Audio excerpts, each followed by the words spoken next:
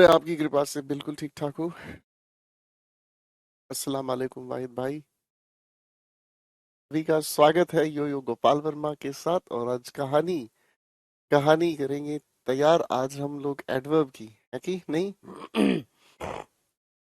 तो पहले ये बताओ मेरे प्यारे प्यारे भाई शिकारियों, ठीक है? Beautiful and handsome yo yo sir so nice of you. अच्छा, पहले ये बताओ मेरे भाई, आप सभी बच्चे एक बार पहले बताओ कितने बच्चों ने कल की क्लास को रिवाइज किया? आई मीन पिछली क्लास को रिवाइज किया। पता तो चले भाई, रिवीजन की है तभी तो आगे चीजों को समझा सकेंगे। रिवीजन नहीं की तो बड़ा दिक्कत हो जाता है ना, आगे चीजें समझा नहीं पाए। कप्तान भाई राम राम।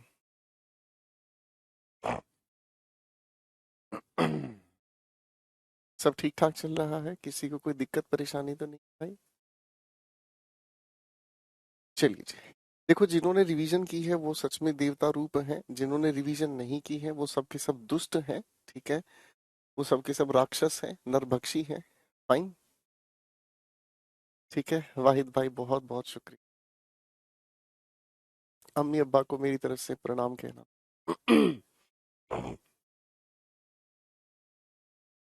उज्जवल आपकी कृपा रहे, भगवान बनाई रखे। रिवीजन की आप लोगों ने तो भाई बहुत अच्छी बात है। ठीक है, 6 बाल डालो पहले नहीं, अब आपके साथ मिलके प्रैक्टिस पर ले जाएंगे ना, तब वहां पर आप अपना, अब नेट प्रैक्टिस नहीं, अब सीधा ग्राउंड पे उतारेंगे। ठीक है, बहुत अच्छे दिख रहे हैं। क्या दिखा आपने भाई? चलिए। आओ मेरे प्यारे प्यारे शिकारियों, थोड़ी सी बात शुरू कर लेते हैं। देखो,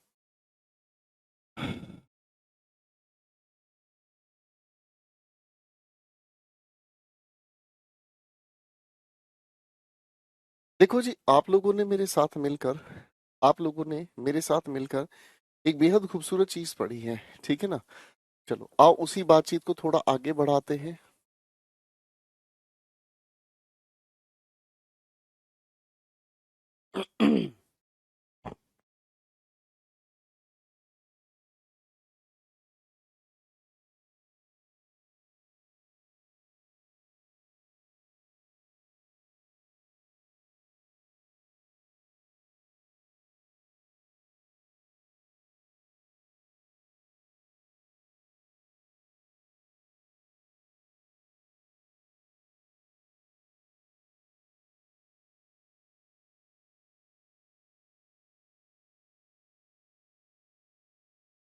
मैंने आपके सामने कुछ सेंटेंसेस लिखे हैं।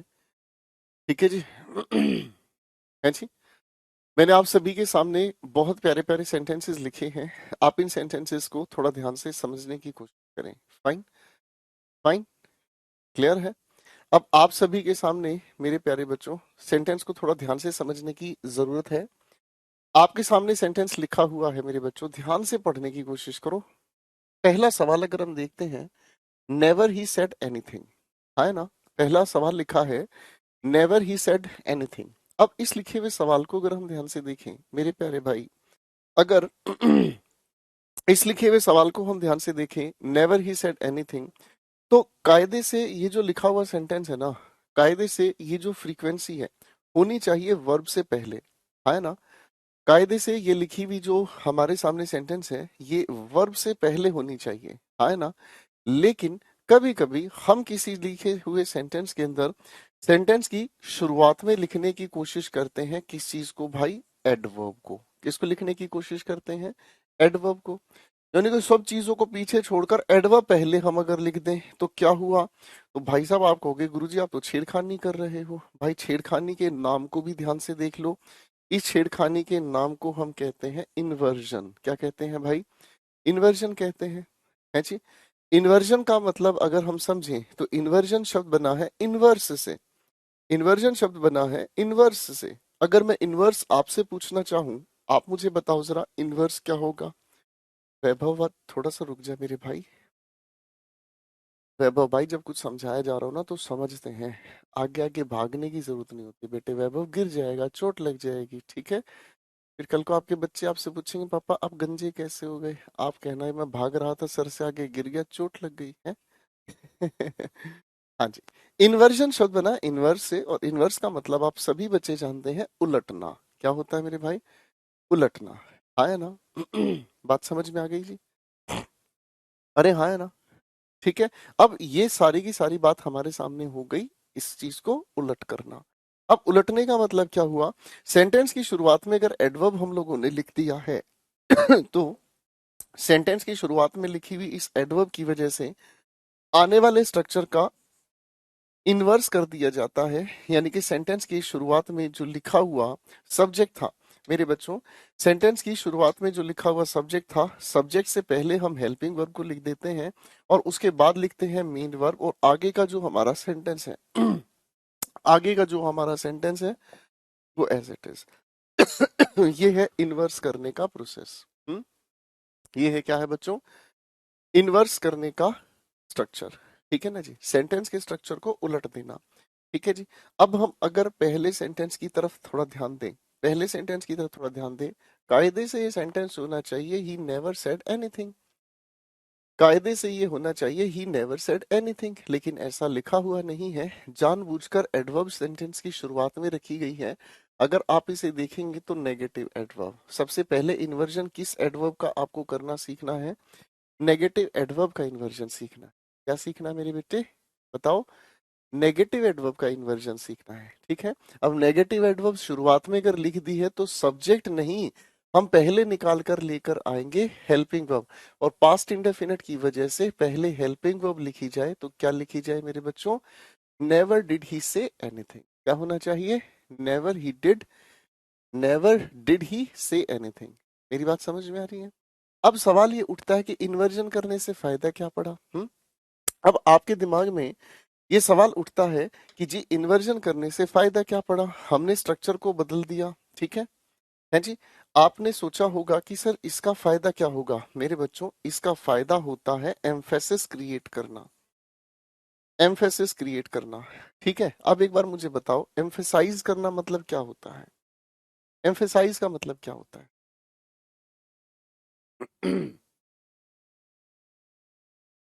बताओ भाई बताओ।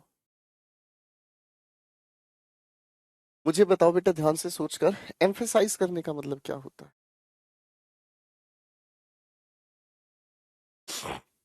एम्फेसाइज करने का मतलब होता है जब आप जोर डालते हैं। क्या करते हैं? जब आप जोर डालते हैं, यानी कि जो आप कहना चाहते हैं उस बात पर बल का प्रयोग करते हैं, हाँ है ना? अब इस बात को ऐसे समझना, इस बात को ऐसे समझना, आपने किसी को कहा मैं जा रहा हूं, आपने किसी को कहा मैं जा रहा हूं, तो सामने वाले कहेगा जाओ, है ना? अब इसी बात को अगर आप ये कह रहे हो जा रहा हूं मैं, तो सामने वाला इस बात को सुनकर थोड़ा डर जाता है और कहता है अबे तू जा रहा है, मत जाना भाई मत जाना। एम्फेसिस, कैसे एम्फेसिस? एडवर्ब पहले लिखकर। अब मैंने आपको पहला सेंटेंस बता दिया है, अब सारे के सारे बच्चे इन पहले 3 क्वेश्चंस को सोल्व करेंगे। लगाओ दिमाग।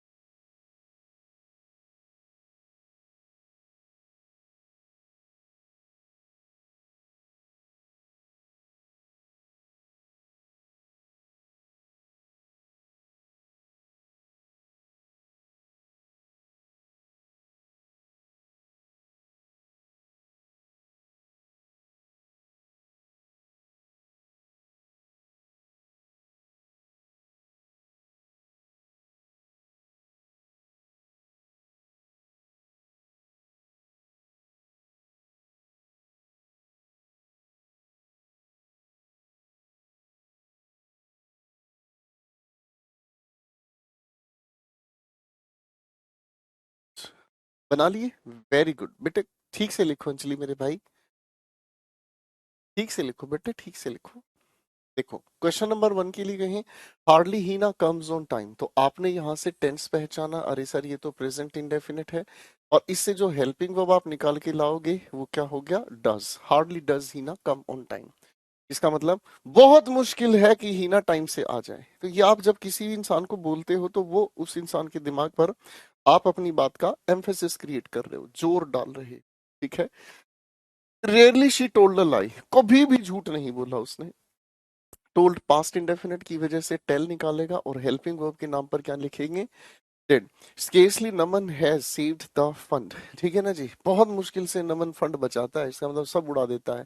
हेल्पिंग वर्ब को एडवर्ब के ठीक बाद लेकर आए, ठीक है भाई। अरे बोलो हाँ। ओके गाइस, अच्छा पेपर का एक सवाल देता हूँ, अब आपके होश उड़ा दिए जाएंगे। होश उड़ा देता है मेरा।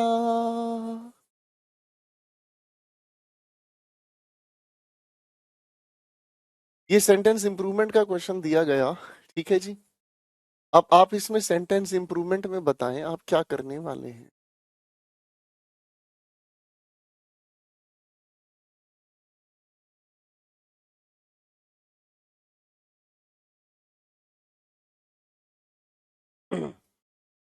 बताओ भाई, ये क्वेश्चन बढ़िया था गुरु, ये पेपर ने पूछा है।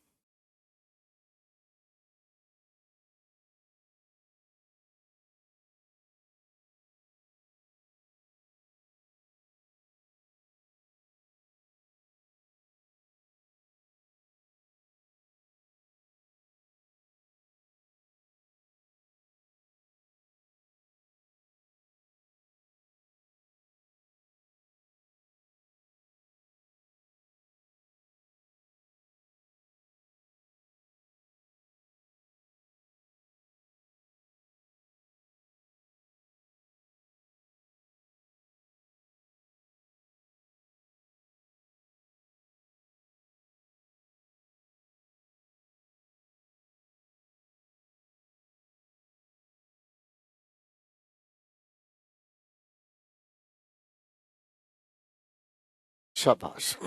तो आपने बिल्कुल सही करेक्ट आंसर बता दिया है। आपने इस क्वेश्चन को उसी तरीके से पढ़ा जिस तरीके से कहानी समझ आई कि सर इन द ऑफिस तो मुझे वेयर का आंसर दे रहा है। अरे हाँ ना। और वेयर का आंसर देने वाले हमारे सामने ये सारे के सारे शब्द एडवर्बियल फ्रेज ऑफ प्लेस हैं। और एडवर्ब को अगर सेंटेंस की शुरुआत में रखोगे तो उसके ठीक बाद हमें क्या चाहिएगी, हेल्पिंग वर्ब चाहिएगी, हाँ है ना। तो भाई इसके ठीक बाद हमें हेल्पिंग वर्ब चाहिएगी, तो इसकी तो इंप्रूवमेंट क्या होनी चाहिए, इन्वर्जन होने की वजह से एम आई होना चाहिए। क्या होना चाहिए भाई, इंप्रूवमेंट क्या होना चाहिए भाई, अरे भाई इन्वर्जन होना चाहिए एडवर्ब का। ठीक है बेटा, बात समझ में आ रही है जी, बात समझ में आ गई बेटा। अरे बोलो हाँ भाई। हम्म। चलो जी, बात अगर अपनी क्लियर है तो थोड़ा आगे चल लेते हैं। अब देखो बेटा, इस इन्वर्जन का अब मैं लेके चल रहा हूँ आपको आखिरी बातों पे। इस इन्वर्जन का एक बहुत अच्छा एप्लीकेशन है, ठीक है। मैं आपके सामने कुछ सवाल लिख रहा हूँ।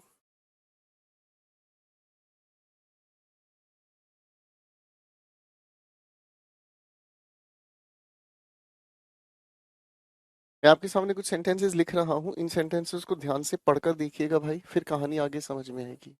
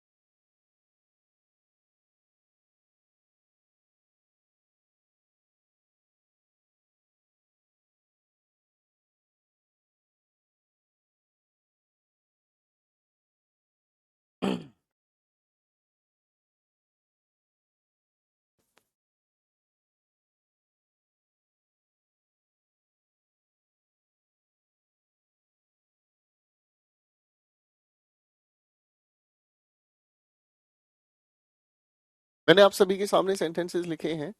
इन सभी सेंटेंसेस को थोड़ा ध्यान से समझने की कोशिश।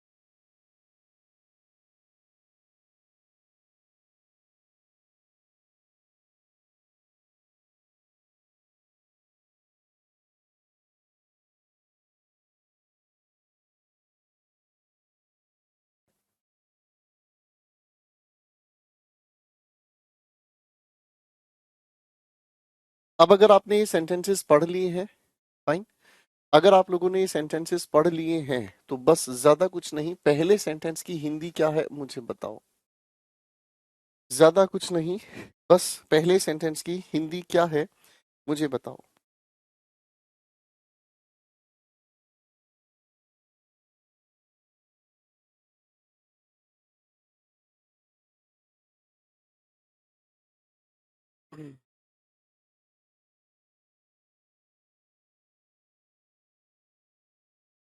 पहले सेंटेंस की हिंदी बता दो जरा, क्या है, सोच के समझ के।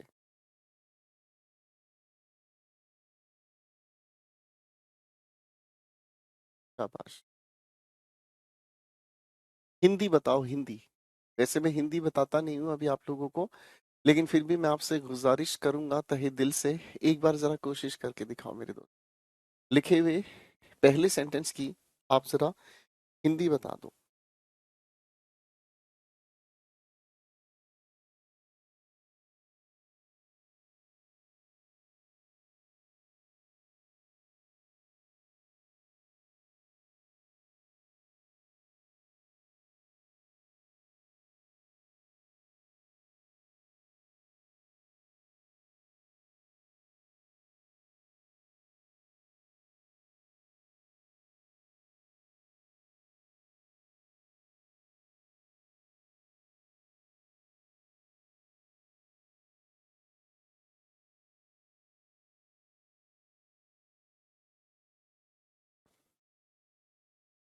शाबाश। अब मैं आपको बताता हूँ, देखो मीनिंग क्या है। ध्यान से समझना मेरे बच्चों, क्योंकि मीनिंग समझ गए तो बहुत अच्छा कॉन्सेप्ट है ये।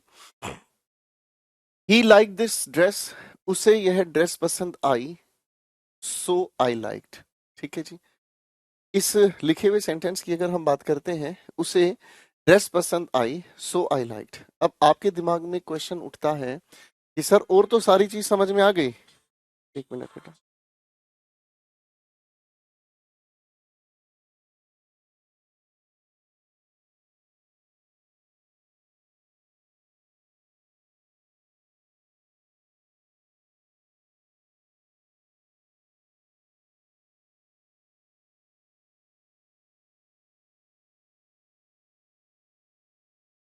तो भाई, he like this dress so I liked. ठीक है ना।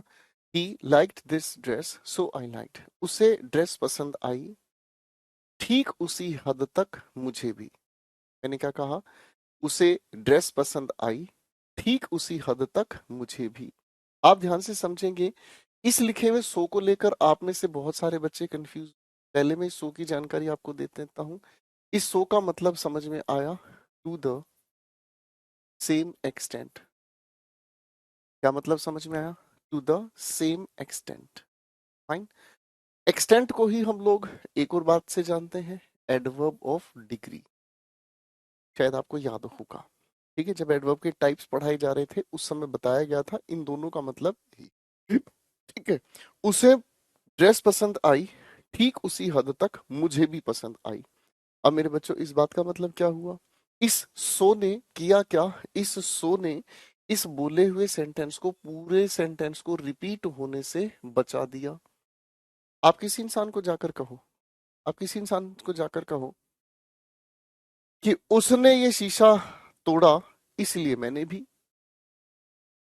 इसका मतलब, जब आप ये कहते हैं इसलिए मैंने भी, तो इसका मतलब शीशा तोड़ने की वो जो एक्टिविटी है, वही एक्टिविटी मैंने भी की। जैसे आपने कहा ठीक उसी हद तक या ठीक उसी तरह से, तो आपने किया क्या? हकीकत में आपने इस बोले हुए सेंटेंस को दोबारा से लिखने या कहने की जरूरत नहीं मानी। है ना? ये पूरा का पूरा सेंटेंस इस छोटी सी एडवर्ब में इंक्लूड है ना? लेकिन जब आगे आपने इस कहानी को पढ़ा तो क्या चीज देखी भाई? आपने कहा गुरुजी आगे आ गया एक अगला सब्जेक्ट। देखो जी, ये सो तो अपने आप में कायदे से एक एडवर्ब है जो पूरे सेंटेंस के मीनिंग को क्वालिफाई कर रही है।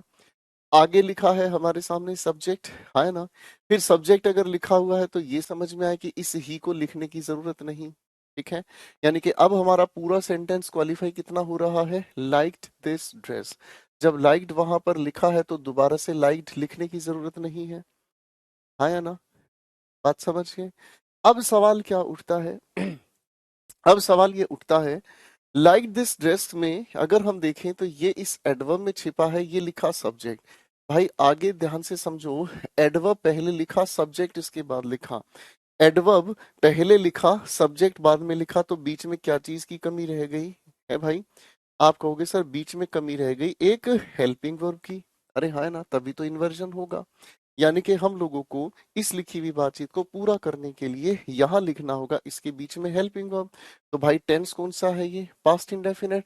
इसीलिए पास्ट इंडेफिनिट के लिए ही हम लोगों को इस सारी कहानी को हटाकर इसकी जगह लिखना होगा सो डिड और उसके बाद आई। क्या लिखना पड़ेगा बेटा, सो डिड आई। ठीक है भाई, क्या लिखना पड़ा, सो डिड आई। ठीक है बेटा, फाइन। हेल्पिंग वर्ब कहाँ से मिली, इसी लिखे हुए टेंस से। क्वेश्चन नंबर 2 मैं कर रहा हूँ, दिमाग लगाना बेटा। फाइन, लिखा है Heena bought a car so Isha will. ठीक है, हीना ने गाड़ी खरीदी, ठीक उसी तरह ईशा ने भी। बात समझ रहे हैं? तो इसका मतलब हमें क्या समझ में आया, ये जो सो लिखा है ये तो अपने आप में एडवर्ब है। फाइन, ये हमारे सामने लिखा हुआ एक दूसरा सब्जेक्ट है। अरे भाई हाँ, है ना। ये सो क्वालिफाई कर रहा है किसको, बॉट अ कार को। ठीक है ना, तो इन्वर्जन होगा, क्यों, क्योंकि एडवर्ब पहले आया सब्जेक्ट बाद में आया, तो यहाँ इन्वर्जन होगा। इसका मतलब इस लिखी हुई बात का इम्प्रूवमेंट क्या हो सकता है, दिमाग लगाना भाई। एक चॉइस होगी सो विल ईशा। ठीक है जी, एक चॉइस मैंने आप सभी के सामने दे दी, सो डिड ईशा। बताओ भाई आपके हिसाब से कौन सा आंसर होगा, आपके हिसाब से इसको कैसे इंप्रूव करेंगे हम, बताओ, लगाओ दिमाग, ध्यान से, ध्यान से।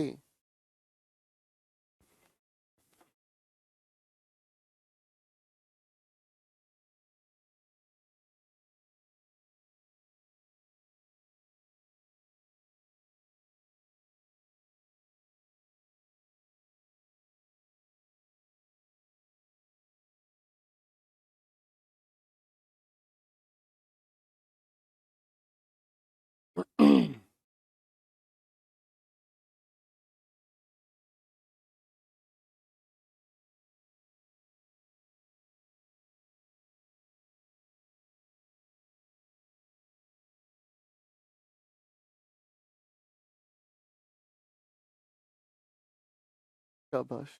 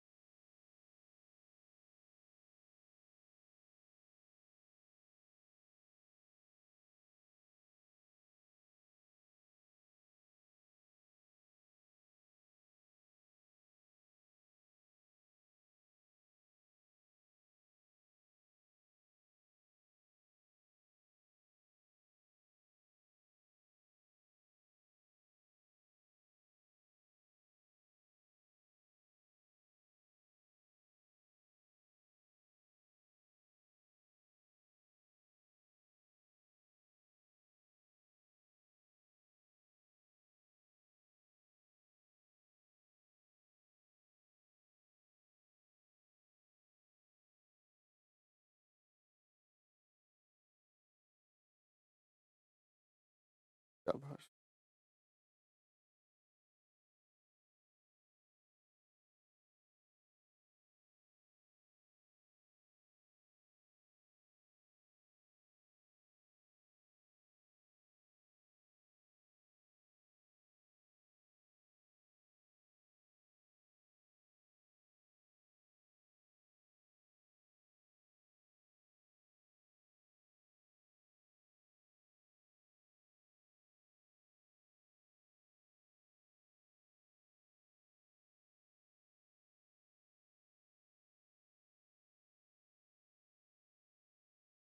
शाबाश, बढ़िया बढ़िया।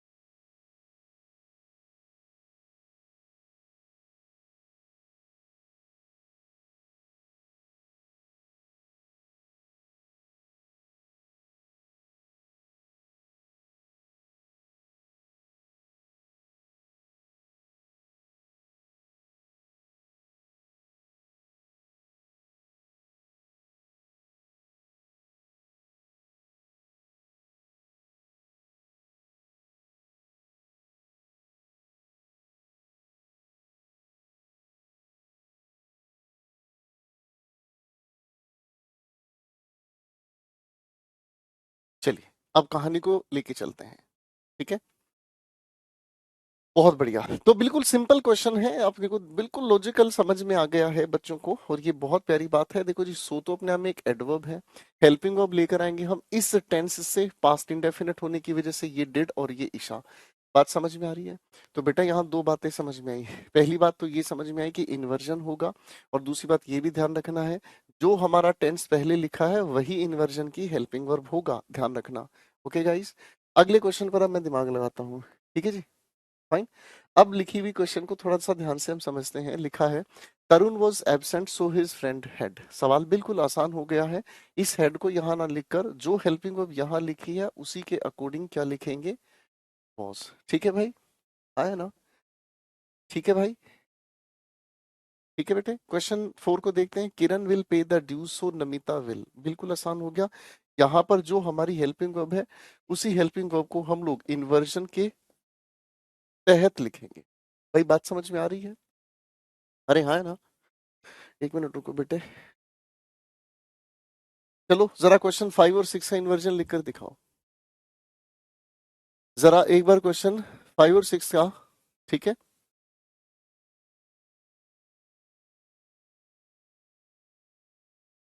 एक मिनट रुको।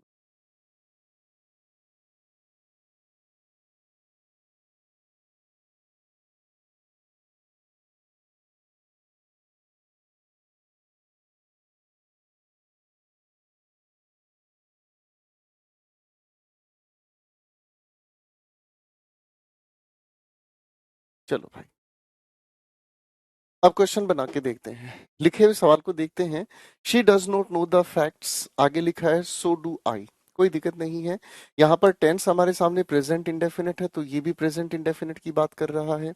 बस इसमें एक छोटी सी चीज का फर्क पड़ गया, और वो क्या फर्क पड़ गया, ये जो नोट लिखा है नेगेटिव सेंटेंस हुआ। अब नेगेटिव के इन्वर्जन के लिए हम लोगों को सो की जरूरत नहीं, हम नेगेटिव के लिए यूज करते हैं एक दूसरी एडवर्ब, दैट इज कॉल्ड नोर। एक दूसरी एडवर्ब हम यूज करते हैं, दैट इज कॉल्ड नूर। ठीक है ना जी? इसका मतलब अब हिंदी समझने की कोशिश करेंगे। भाई साहब, उसे नहीं पता फैक्ट्स के बारे में, ना ही मुझे पता। ठीक है जी, उसे फैक्ट्स नहीं पता, ना ही मुझे पता। क्लियर है? फाइन। क्वेश्चन 6 की बात करते हैं। Raman was not there. हमारे सेंटेंस में लिखा है Raman was not there.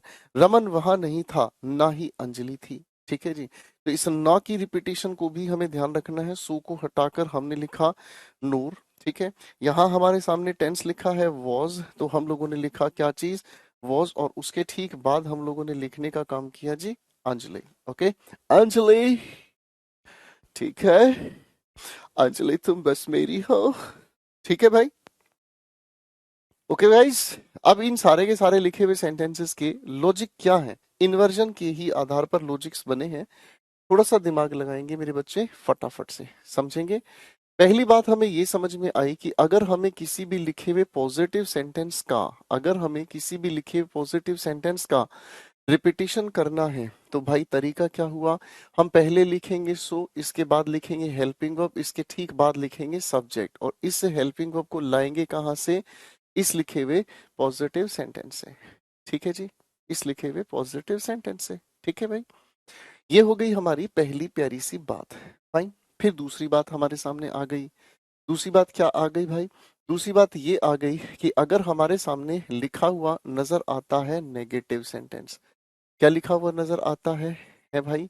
Negative sentence. तो बच्चे आप लोगों को ये चीज तो समझ आ ही गई है कि गुरुजी, नेगेटिव सेंटेंस के लिए हम लोगों को यूज करना पड़ा नूर। कभी कभी नूर नहीं तो हमें नीदर भी लिखा हुआ मिल जाता है। ठीक है भाई, या तो नीदर या फिर नूर, दोनों में से कोई भी आप यहाँ पर यूज कर सकते हैं, कोई दिक्कत नहीं। फाइन। अब हमने इसके ठीक बाद इन्वर्जन की बात कही, यानी कि क्या चाहिए, हेल्पिंग वर्ब। कहाँ से लाओगे हेल्पिंग वर्ब, जैसा लिखा सेंटेंस है, और इसके ठीक बाद इन्वर्जन की वजह से आप लिखते हैं उसके बाद सब्जेक्ट। भाई बात समझ में आ गई? हाँ या ना? ठीक है जी, भाई बात समझ में आ गई? भाई बात समझ में आ गई? हाँ या ना? ठीक है भाई। चलो एक सेंटेंस लिख रहा हूँ, जरा इन्वर्जन करके दिखाएं, ठीक है ना?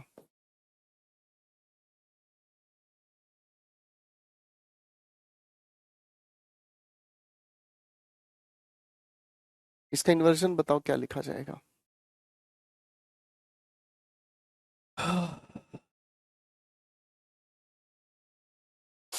हाँ जी अलीशा जी।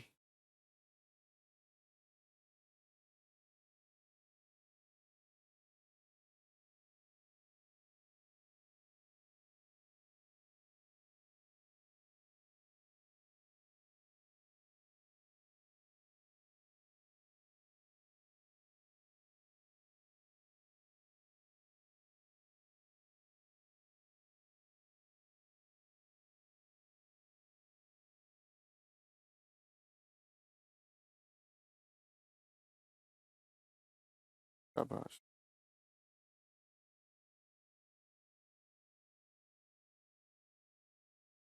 बहुत बढ़िया जी। तो देखा, बड़े आसानी से ये चीज समझ में आ गई कि सर ये तो जो लिखा हुआ सेंटेंस है ना, ये तो जो लिखा हुआ सेंटेंस है ना, ये अपने आप में नेगेटिव सेंटेंस है ना।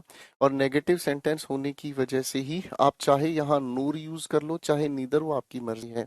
यहाँ से आपने ध्यान से देखा तो ये पास्ट इंडेफिनिट है बेटे, सेकंड फॉर्म ऑफ वर्ब हम पास्ट इंडेफिनिट में यूज करते हैं, टेंस में पढ़ाया जाएगा।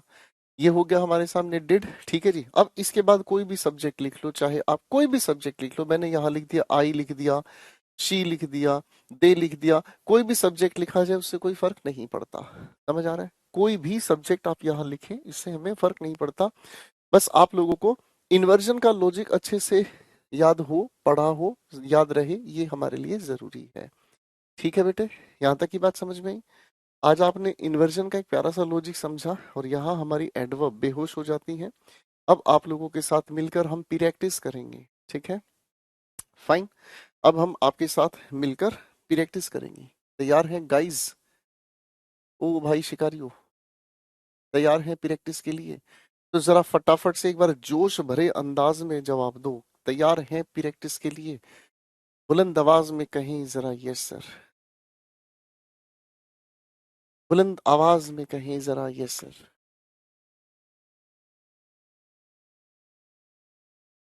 आज मजा आएगा। टेंस में बताया जाएगा अश्वनी भाई।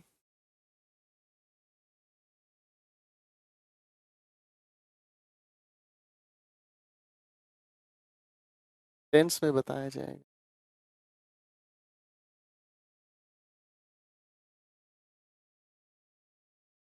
चलिए भैया जी, बुलंद आवाज में यस सर कह दिया है, तो भैया आओ अब थोड़ा धुआं धुआं उड़ाते हैं, माहौल बनाते हैं। कल करेंगे प्रैक्टिस, मुक्का मार दूंगा। कल कल कल क्या कोई मतलब मुहूर्त निकलेगा? कल करेंगे प्रैक्टिस, अभी करेंगे प्रैक्टिस। हर रोज रिवीजन कर रहे हो, दो बातें पढ़ाई हैं बस, कह रहे हैं कल करेंगे मतलब प्रैक्टिस। क्या बात कर दी भाई, क्या बात कर दी, जान दे देंगे इसके लिए तो हम। है, क्या बात कर दी। हाँ नहीं तो जान दे देंगे हम इसके लिए, प्रैक्टिस के लिए तो बात करते हो। हाँ नहीं तो चलो, क्वेश्चन आपके सामने है, पहले आप लोग दिमाग लगाने की कोशिश करें। इधर एक से लेकर छह और इधर भाई साहब तीन, तीन छह और सात। तो आप अगर कह रहे हो तो पहले मैं निपटा देता हूँ। ये इन्वर्जन होगा सत्यम बेटे, इन्वर्जन होगा।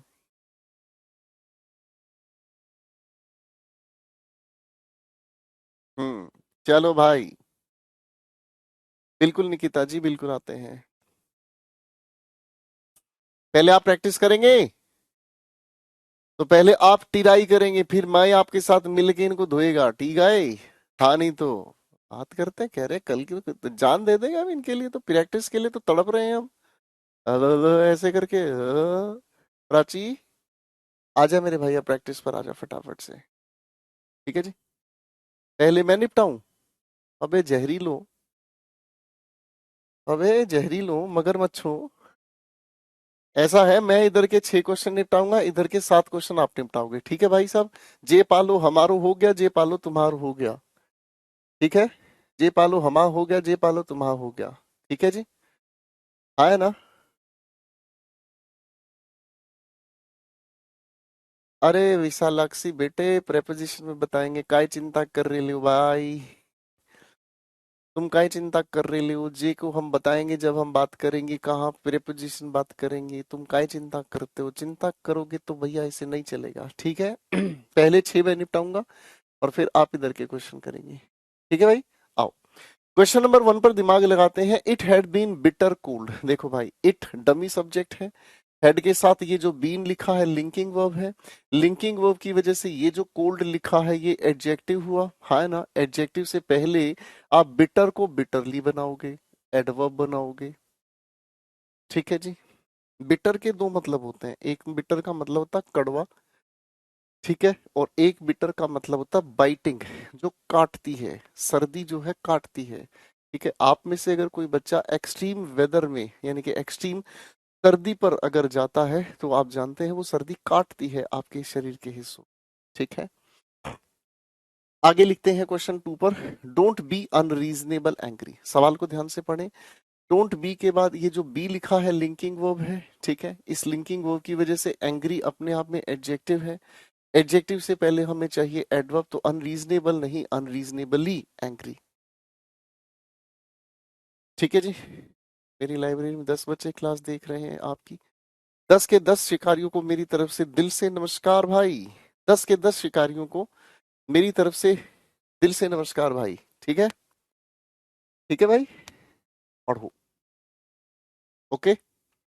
ना ना ना ना, एडवर्ब में जस्टिफाई नहीं हो पाएगा, तुम चिंता काहे करते हो भाई, चिंता काहे करते हो भाई, मतलब हमारे साथ रहकर भी चिंता करनी पड़ गई तो फिर क्या फायदा हो गया। इसे ध्यान से देखो, नेवर इन्वर्जन का प्रतीत हुआ, इन्वर्जन होते ही हम लोगों को समझ में आया, हमने इसके साथ हेल्पिंग वर्ब लिखी। नेवर हमारे सामने नेगेटिव एडवर्ब, ये वेयर का आंसर दे रहा है तो इसे हैज हम सबसे पहले लिखेंगे। क्वेश्चन 4 पर आ जाओ। They pay him handsome salary and he is earning 15,000 rupees monthly. वही सवाल आ गया भाई, मंथली नहीं सर, मंथली तो अपने आप में एडजेक्टिव है, हम इसके लिए लिखेंगे क्या चीज, हम इसके लिए लिखेंगे या तो एवरी कहकर या फिर पर कहकर और उसके बाद मैं लिखता हूं मंथ, ठीक है, फाइन, ठीक है भाई,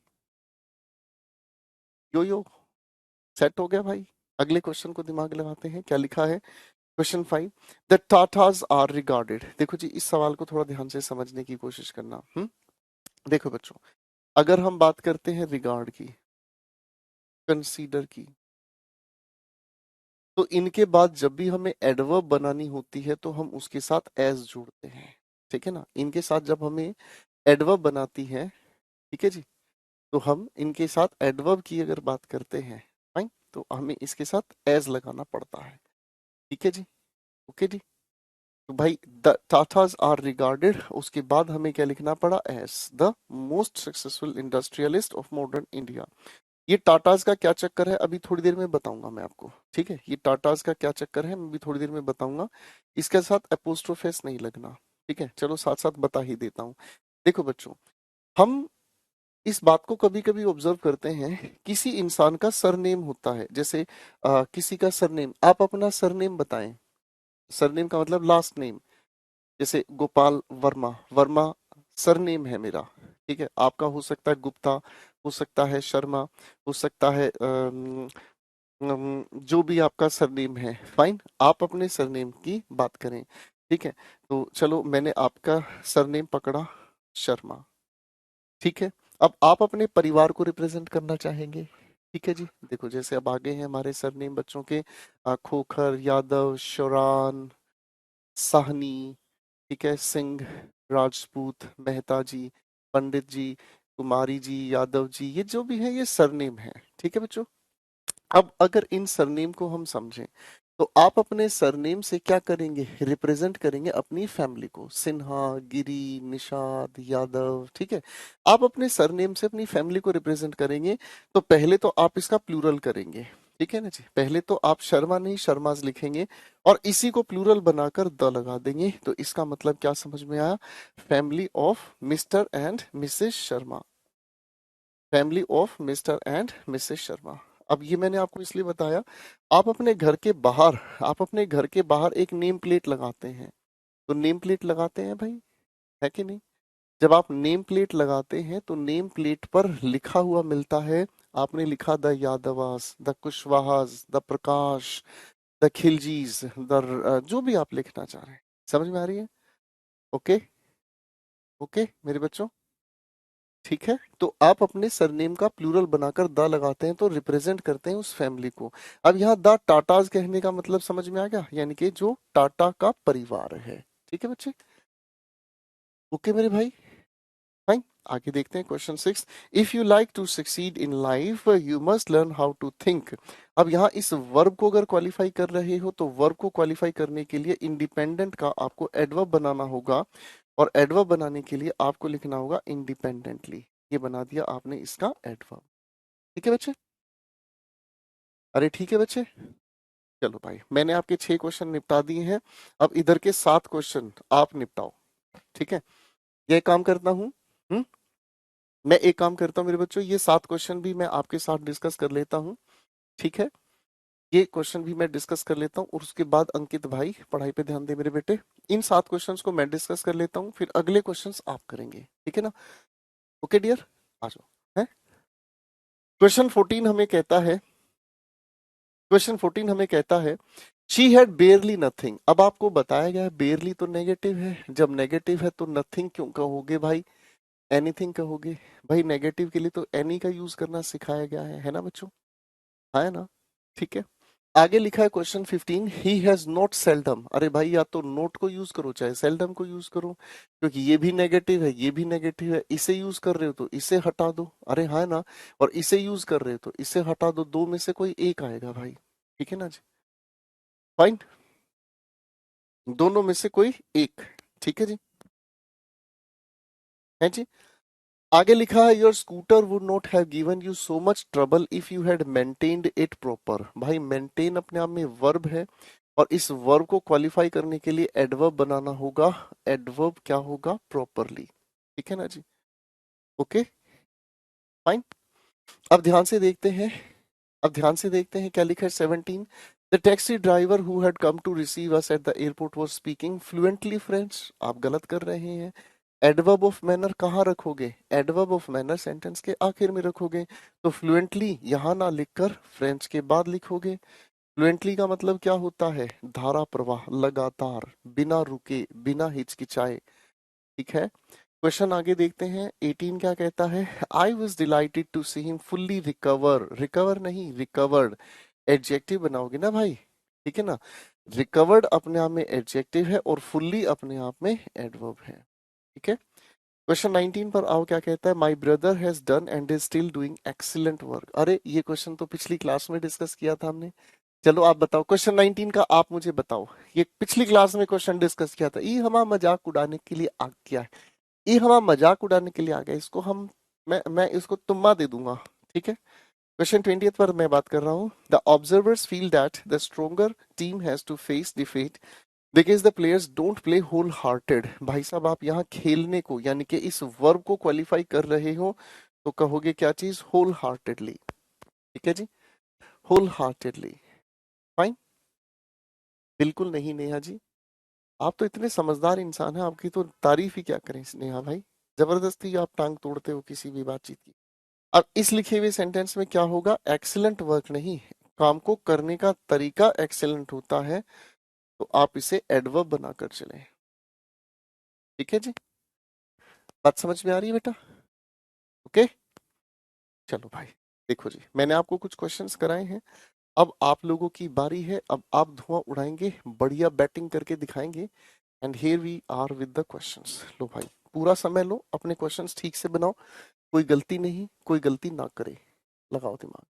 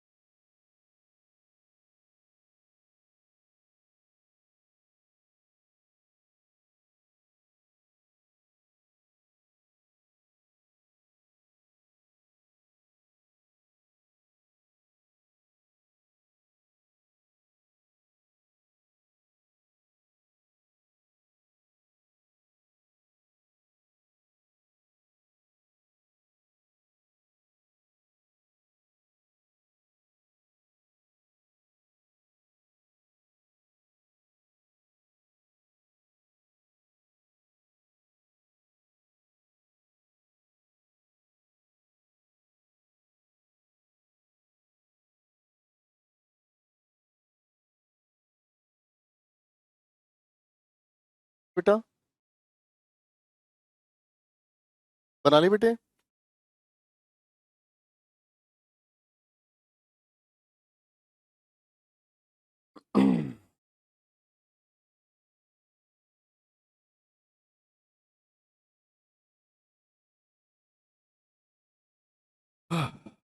बना ली बेटे?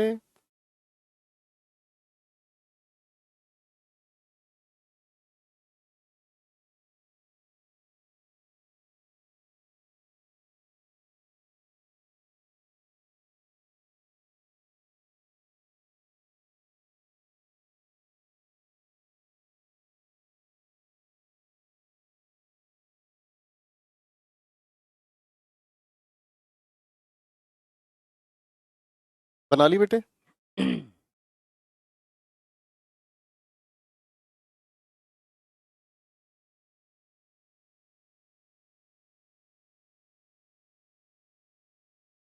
शाबाश।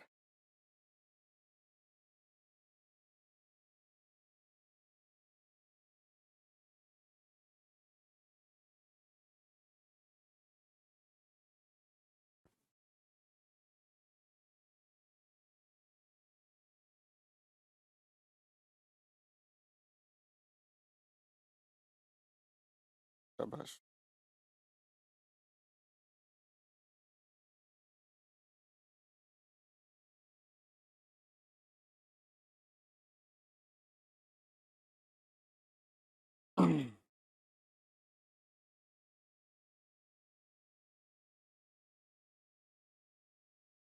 बढ़िया।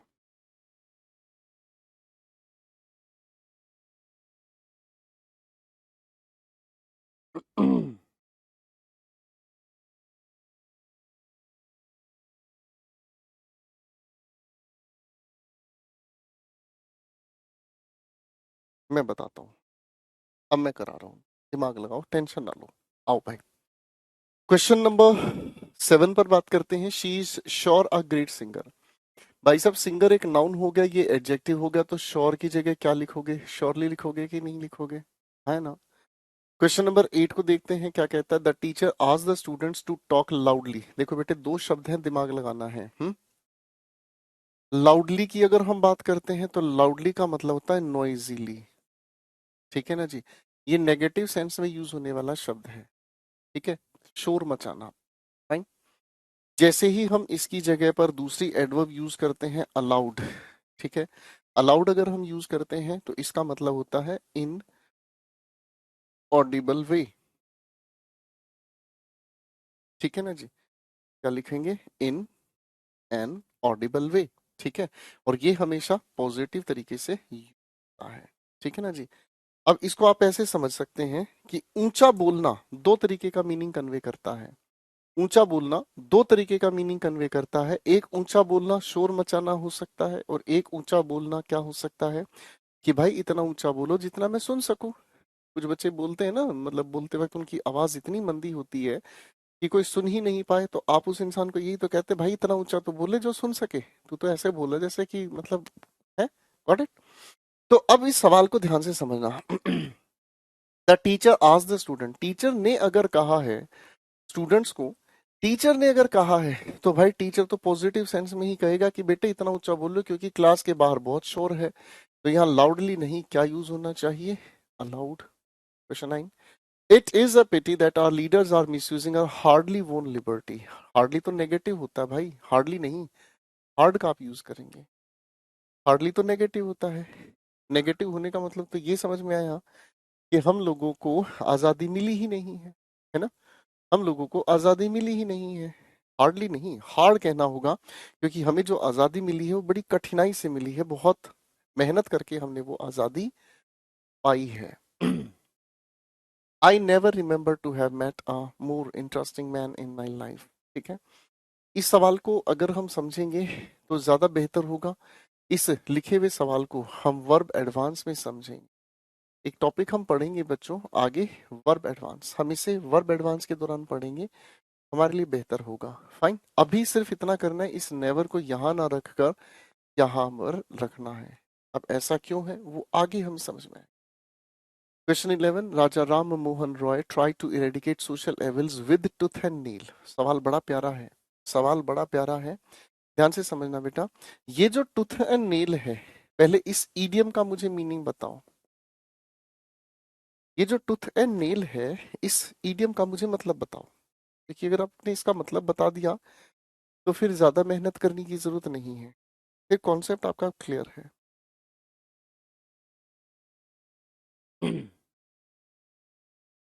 बताना मेरे बच्चों जरा फटाफट से।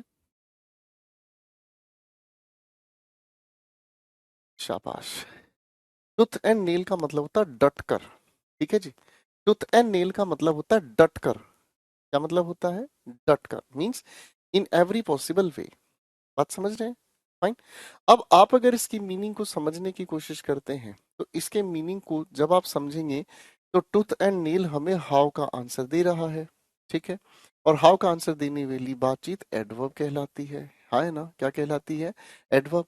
तो अपने आप में टूथ एंड नेल एक एडवर्ब है, इसके साथ हमें प्रेपोजिशन लगाकर विद लगाकर लिखने की जरूरत नहीं है, ठीक है जी। फाइन, ठीक है बेटा। इसका मीनिंग है with great effort, with full might, with full power, with full enthusiasm. तो जब आप यहाँ मेरे बच्चों विद लगाकर इसका मीनिंग बता रहे हो तो दोबारा विद लगाना इसके लिए सुपरफ्लूस है, ठीक है। अगले क्वेश्चन पर आओ। वी सेल्डम, देखो जी, और एक ऐसा शब्द है जो चॉइस क्रिएट करता है, और चॉइस होगी सिमिलर।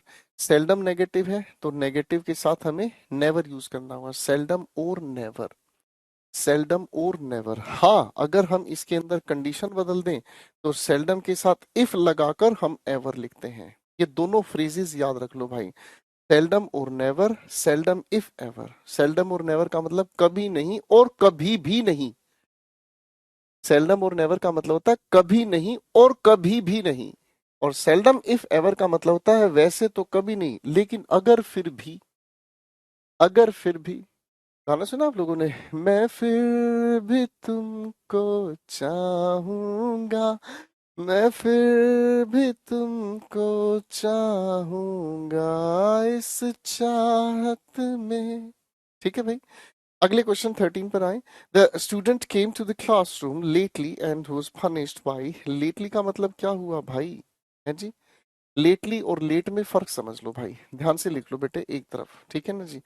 भाई लेटली का मतलब होता है रिसेंटली। लेटली का मतलब होता है रिसेंटली, अभी अभी, हाल ही में। और लेट का मतलब होता है डिलेड, या फिर अगर हम कहें आफ्टर द प्रोवाइडेड टाइम। जो समय दिया गया आप उस समय के बाद पहुंचे, यानी कि इसका अर्थ हुआ देर से, ठीक है जी। इसका अर्थ क्या हुआ? देर से, ठीक है। तो भाई अगर आप कक्षा में देर से आएंगे तो टीचर डेफिनेटली पनिश करेगा, तो लेटली नहीं कहेंगे, हम लेट कहेंगे। देर से आना, जल्दी जाना, ऐ साहिब ये ठीक नहीं, ठीक है। क्वेश्चन पर आते हैं।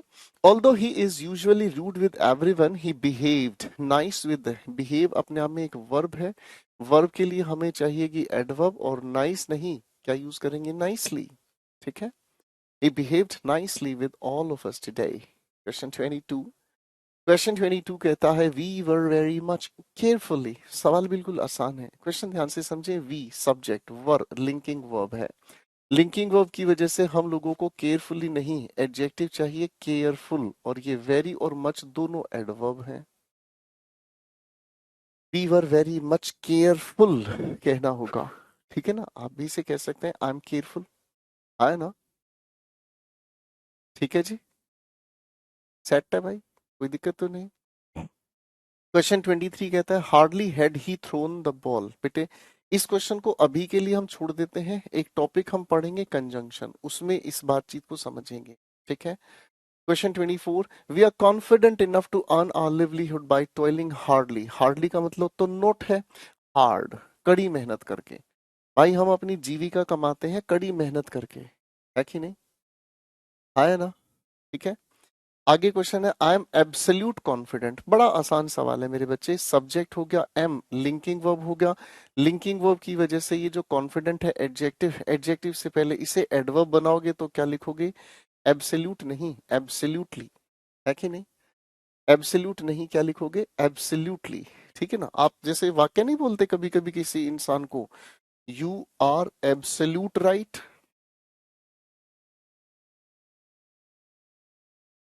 क्या आप ये सेंटेंस बोलते हैं बच्चे? You are absolute right. हैं जी? हैं जी? तो आप ऐसे बोलते हैं किसी इंसान को, यू आर एब्सोल्यूट राइट? आप कहोगे नहीं सर, आप गलत बता रहे हो हमें, आप हमारा बेवकूफ बना रहे हैं। यू सब्जेक्ट है, आर लिंकिंग वर्ब है। लिंकिंग वर्ब की वजह से ये जो राइट है अपने आप में एक एडजेक्टिव है। एडजेक्टिव से पहले आप एडवर्ब एब्सोल्युटली का यूज करेंगे। आपको तो एक एक शब्द देखने से समझ में आ रहा है कि नहीं भाई? अब तो आप लोगों को एक एक शब्द देखने से समझ में आ रहा है, एक एक शब्द के पीछे आपकी क्लैरिटी है भाई। हाँ है ना? ठीक है कि नहीं है भाई? क्वेश्चन नेक्स्ट पर आ जाओ। Your machine would not have given you so much trouble if you had maintained it. वही आ गया जी। इस मेंटेन को वर्ब के साथ क्वालिफाई करने के लिए एडवर्ब चाहिएगा। क्वेश्चन बेटा ये हम लोग टेंस के दौरान पढ़ेंगे, इसको स्किप कर रहे हैं। टेंस के दौरान इस चीज को समझेंगे। ठीक है ना? अब ध्यान रखना, बीच में कहीं कहीं ये दूसरे टॉपिक के क्वेश्चंस इसलिए डाले जाते हैं, जब आप इनको पढ़ लोगे तो समझ आएगा कि एडवर्ब कहीं कंजंक्शन में, एडवर्ब कहीं वर्ब एडवांस में, एडवर्ब कहीं टेंस में जाकर रिश्ता बनाता है। और ये रिश्ता क्या कहलाता है? ये रिश्ता कहलाता है फंक्शनल ग्रामर। ठीक है? ये रिश्ता क्या कहलाता है? Functional grammar. तो भाई तीन तीन छः सात और इधर हो गए सात, तो 14 क्वेश्चंस में आपका क्या स्कोर रहा भाई? 14 क्वेश्चंस में आपका क्या स्कोर रहा भाई? ठीक है जी। अच्छा, इस क्वेश्चन की करेक्शन बता देता हूँ, सिर्फ इफ हटा दो, ये इन्वर्जन बन जाता है। हाँ भाई, 14 क्वेश्चंस में बताओ जरा क्या स्कोर रहा आप लोगों का?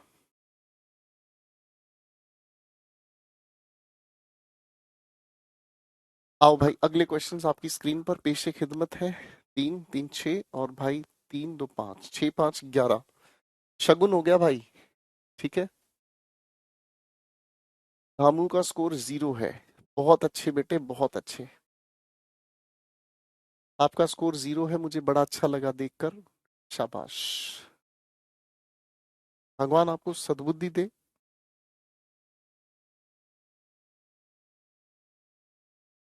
ना पढ़ने वालों के नाम सुन लो भाई। धामू है एक बालक हमारे बीच।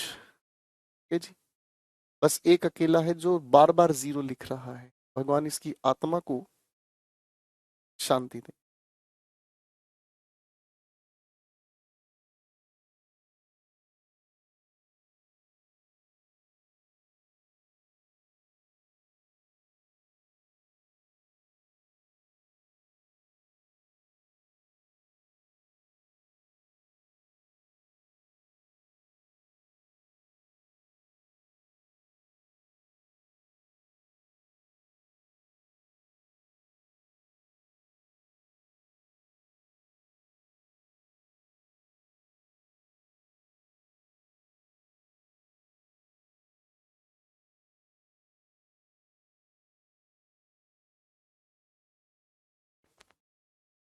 शाबाश।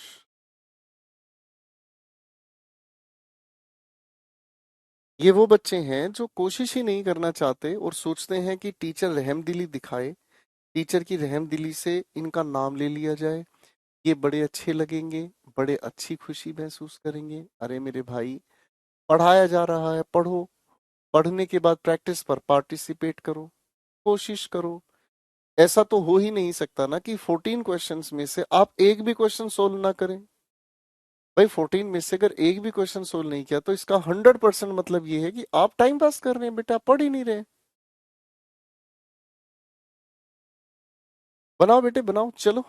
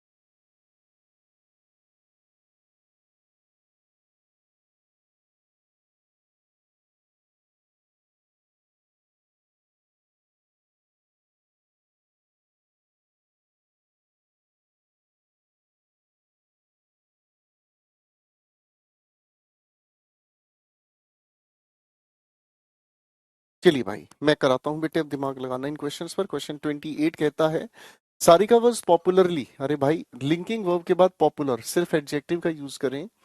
नो सुनर, ये वाला क्वेश्चन आप लोगों को कंजंक्शंस के दौरान समझाया जाएगा, फिलहाल के लिए स्किप करेंगे।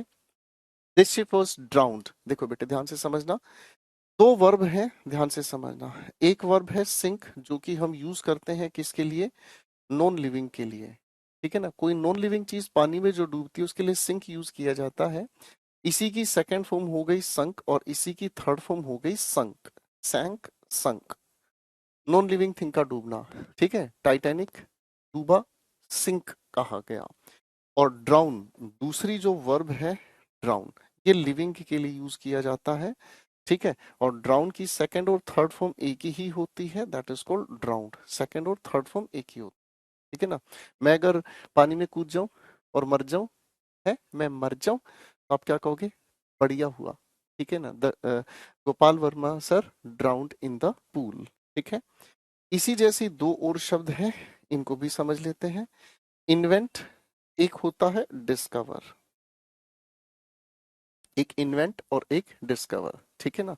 इन्वेंट का मतलब होता है एक ऐसी चीज को खोज करना जो पहले नहीं थी, बिल्कुल नई खोज कोई हो। और डिस्कवर हम किसे कहते हैं, जो एग्जिस्टिंग है, जो पहले से है, बस उसे लोगों के सामने लाना। अर्थ दोनों का एक ही निकल कर आता है, क्या भाई, खोज। जैसे जैसे अगर हम कहें हड़प्पा सिविलाइजेशन को खोजा गया, तो हड़प्पा सिविलाइजेशन तो पहले ही थी, हड़प्पा सिविलाइजेशन तो पहले ही थी, बस क्या किया गया, हम लोगों ने उसे खोज डाला, डिस्कवर। इन्वेंट, अगर मैं आपको कहूं स्टीव जॉब्स ने आईफोन का कॉन्सेप्ट इन्वेंट किया, तो आईफोन पहले तो था नहीं, आईफोन का कॉन्सेप्ट बनाया गया, खोजा गया, नए रूप से लाया गया, ठीक है। तो ये क्वेश्चन क्या हुआ, द शिप वॉज ड्राउन्ड, बिल्कुल नहीं, द शिप वॉज संक, ठीक है जी। Question, Columbus was the first man who invented America, नहीं सर, अमेरिका तो पहले से ही था, उसने तो अमेरिका के रास्ते को खोजा। नो सुनर, बेटा ये वाला क्वेश्चन ऊपर वाले की तरीके से ही हम लोग कंजंक्शंस में पढ़ेंगे, फाइन। जब कंजंक्शंस पढ़ा दिया जाए ना, उसके बाद देखना ये दोनों क्वेश्चन आप चुटकियों में सोल्व कर लेंगे, फाइन, ठीक रहेगा बेटे। अगला क्वेश्चन लिखा है जया इज इनफ बोल्ड, आप सभी को पता है कि इनफ हम एडजेक्टिव के बाद लिखते हैं, इनफ एडजेक्टिव के बाद लिखते हैं और टू एडजेक्टिव से पहले लिखते हैं जी। Question 41, the hall is too much small, लिखा है to accommodate all the guests. अब सवाल को ध्यान से समझते हैं, हमें यहाँ पर टू मच तो यूज करना नहीं, क्योंकि टू मच के बाद तो नाउन लिखना है, हमें यहाँ क्या लिखना पड़ेगा, मच को पहले और टू को बाद में, क्या लिखोगे, मच टू स्मॉल, याद आया भाई, आया ना। हाँ जी, दयाराम साहनी ने और रखालदास बनर्जी ने, दो लोगों ने, चिंटू मेरे भाई, दो लोगों ने मिलकर हड़प्पा सिविलाइजेशन की खोज। तो यहाँ टू मच नहीं, हम यूज करेंगे क्या चीज, much to.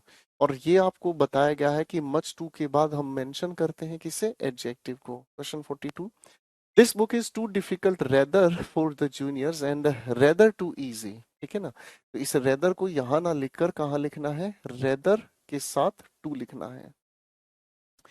Sumit went to Delhi 1995 and has lived there ever then, tenses में पढ़ाया जाएगा। टाइम जब स्पेसिफिक होता है तो उसके लिए सिंस का यूज किया जाता है। 44, whenever you speak take care that others are not hurt by your words, इसमें कोई भी प्रॉब्लम नहीं, ये सेंटेंस अपने आप में बिल्कुल ठीक है। हिंदी समझो, जब कभी भी आप बोलें ध्यान रखें दूसरे आपके शब्दों से आहत ना हो, उन्हें चोट ना लगे, उन्हें बुरा ना लगे। Question 45, Tendulkar was so young when he started playing international cricket, बेटे सो का इंडिपेंडेंट यूज नहीं, तेंदुलकर was very young, ठीक है। सो का तो हम दैट के कॉम्बिनेशन में यूज करते हैं, ठीक है बेटे। चलो अब अपना स्कोर बताओ जरा, आपने इन क्वेश्चन 11 क्वेश्चंस में क्या स्कोर तैयार किया। तो भाई ये बचे हुए क्वेश्चंस हैं, चुटकू से क्वेश्चंस हैं, ये मैं निपटा देता हूँ, ठीक है। ये क्वेश्चंस हैं, ये मैं निपटा देता हूँ, ठीक है। चलो 40 से शुरू करते हैं। रश्मि वॉज इनफ काइंड, आप सभी को पता है इनफ को हम एडजेक्टिव के बाद लिखते हैं, खत्म। Question 39, the best hotel of Kolkata when they stayed, अरे जहां आप रुकोगे वो प्लेस की जानकारी देगा, व्हेन तो समय की जानकारी देगा, तो भाई प्लेस की जानकारी के लिए क्या यूज करोगे, where. The best hotel of Kolkata where they stayed last month had been mentioned in this novel. ठीक है भाई। लो भाई, 5/11, 9, 8, 9, 5, 7, 6, 9, 9। शाबाश बेटा, बहुत अच्छी कोशिश है। 38 पर आ जाओ। However clever you may act, सवाल बहुत प्यारा है, ठीक है जी। हावेवर एक एडवर्ब है जो कॉन्ट्रडिक्शन बताते हैं, उसे छोड़ दो। यहाँ पर you may act, you subject, may helping verb, act अपने आप में एक एक्शन वर्ब है, ठीक है ना। एक्ट अपने आप में एक एक्शन वर्ब है। अब इस वर्ब को क्वालिफाई करने के लिए क्लेवर नहीं, एडवर्ब की जरूरत है, और क्या लिखोगे, क्लेवरली। इसको आप नॉर्मल तरीके से लेकर दिखो, ठीक है ना। मैंने आप सभी के सामने कहा शी एक्टेड, क्या लिखोगे, क्लेवर लिखोगे या क्लेवरली लिखोगे, है बेटा। ये सेंटेंस का सब्जेक्ट है, ये अपने आप में एक एक्शन वर्ब है, एक्शन वर्ब के लिए एडवर्ब की जरूरत है, क्लेवरली लिखोगे, है कि नहीं भाई।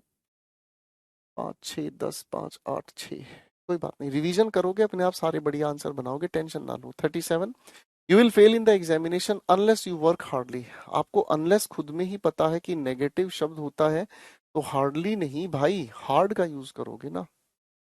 हार्डली कहने का मतलब तो मेहनत ही नहीं करनी, ठीक है बेटे। Question 36, he as well as his brother is too honest that, sir that के साथ कॉम्बिनेशन आ गया तो टू नहीं, हम सो का पेयर बनाकर चलते हैं। Question 35, I wrote yesterday a letter, गलत हो गया, I wrote a letter adverb of time sentence के आखिर में लिखो, ठीक है जी। I wrote a letter yesterday, ठीक है ना जी। लो जी, 34th क्वेश्चन पर आ जाए।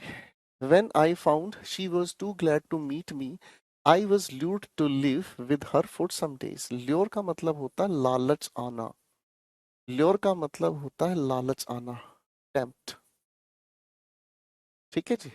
यानी कि जब मुझे पता चला कि वो मुझसे मिलकर खुश है, तो मेरे मन में लालच आया कि उसके साथ कुछ समय रहा जाए, ठीक है। फाइन। तो भाई ग्लैड होना तो अच्छी बात है, टू नहीं, ग्लैड के बाद हमें लिखने की जरूरत है इन। तो भाई बताओ, ऐसा कोई क्वेश्चन जो परेशान कर रहा है, ऐसा कोई क्वेश्चन जो परेशान कर रहा है। हम्म, ऐसी कोई बात कोई परेशान कर रही हो, ठीक है। अब आपको एडवर्ब के कुछ अलग अलग, अब आप लोगों को एडवर्ब के कुछ अलग अलग प्रैक्टिस सेट दिए गए हैं, आप जरा उन पर मेहनत करें। हर्ष भाई के 45 में से 40 करेक्ट आंसर्स हैं, तो नाइस, ठीक है बेटा, ठीक है बेटा। अब किसी बच्चे को कुछ कहना है, किसी बच्चे का कोई भी मन में बात है तो वो कह सकता है। क्योंकि जब क्लास चल रही थी तो कुछ बच्चे कुछ लिख रहे थे, मैं उन्हीं को पढ़ने के लिए कोपचे में हो गया था। हम्म, आप में से कोई बच्चा कुछ कहना चाहता है तो बता, कह सकता है। रिवीजन तो करनी पड़ेगी भाई, एक बार रिवाइज करने के बाद दोबारा से अपनी पूरी की पूरी पीडीएफ को सोल्व करना, फिर आराम से चीजें बन जाएंगी, ठीक है।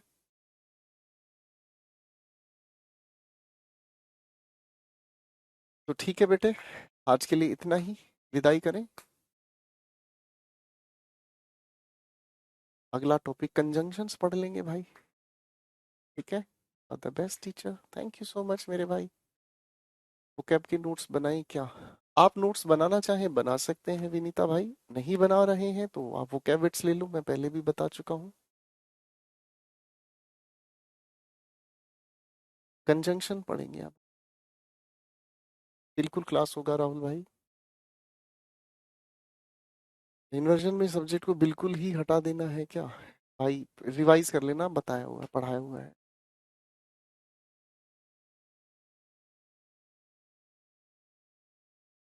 नेहा पूछ रही है सर सीएचएसएल में इसमें से क्वेश्चन आएगा, नहीं बेटे, सीएचएसएल में जो मैं पढ़ा रहा हूँ इसमें से कुछ भी नहीं आएगा बेटा।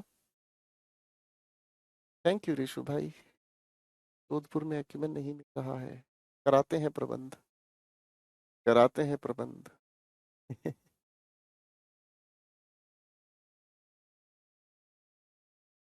सत्यम पूछा लिंकिंग वर्ब के बाद तो एडजेक्टिव आता है, आप एडवर्ब क्यों लगा दे रहे हैं।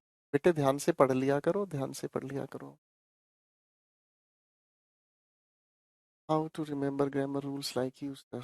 रिवीजन, बार बार कह रहा हूँ, रिवीजन। प्रैक्टिस नहीं करोगे, रिवीजन नहीं करोगे, पेशेंस नहीं रखोगे तो कोई फायदा नहीं।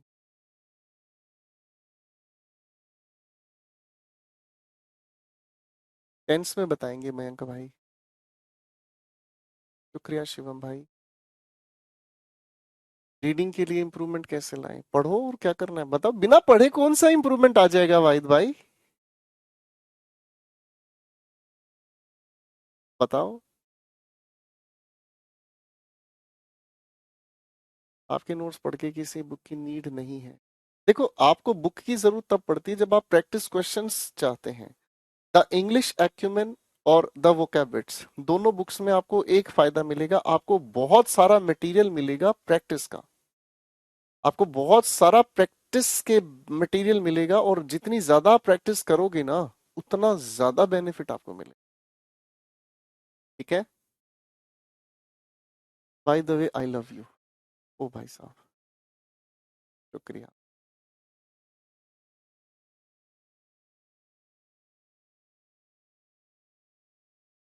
शाबाश। चलिए ठीक है दोस्तों, तो फिर मेहनत करेंगे। फाइन। फिर मेहनत करेंगे, रिवाइज करेंगे।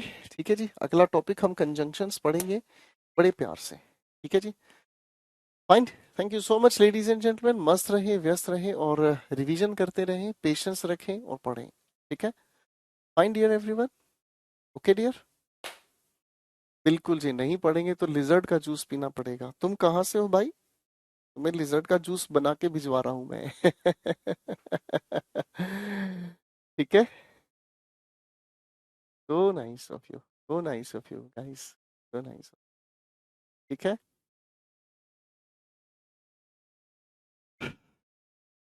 कुछ बच्चे इस बात को लेके थोड़े परेशान है कि सर डबल क्लासेस लगाई जा रही हैं, और डबल क्लासेस लगाने की वजह से हम लोग जो है पढ़ नहीं पा रहे हैं।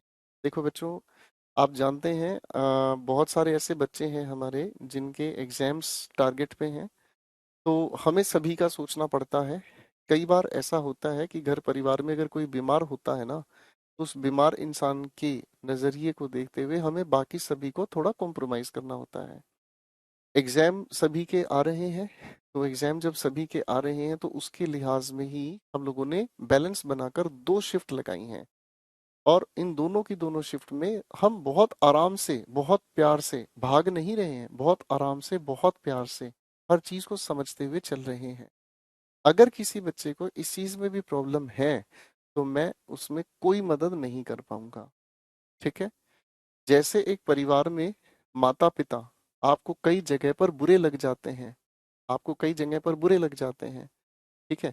लेकिन बाद में आपको पता चलता है कि माता पिता का जो भी डिसीजन है वो सही है, वो अपनी जगह सही है, उन्होंने जो किया वो सही किया। ठीक उसी तरीके से आपको ये सिस्टम थोड़ा बाद में सही समझ आता है। ठीक है। तो खैर, आपकी अपनी मर्जी। आप पढ़ रहे हैं, बहुत अच्छी बात है। नहीं पढ़ रहे हैं तो कोई बात नहीं, फिर आपकी आपकी अपनी मर्जी। ठीक है जी। So thank you so much ladies and gentleman. फिर मिलते हैं आप लोगों से अगली क्लास में। टेक केयर, मस्त रहें, व्यस्त रहें।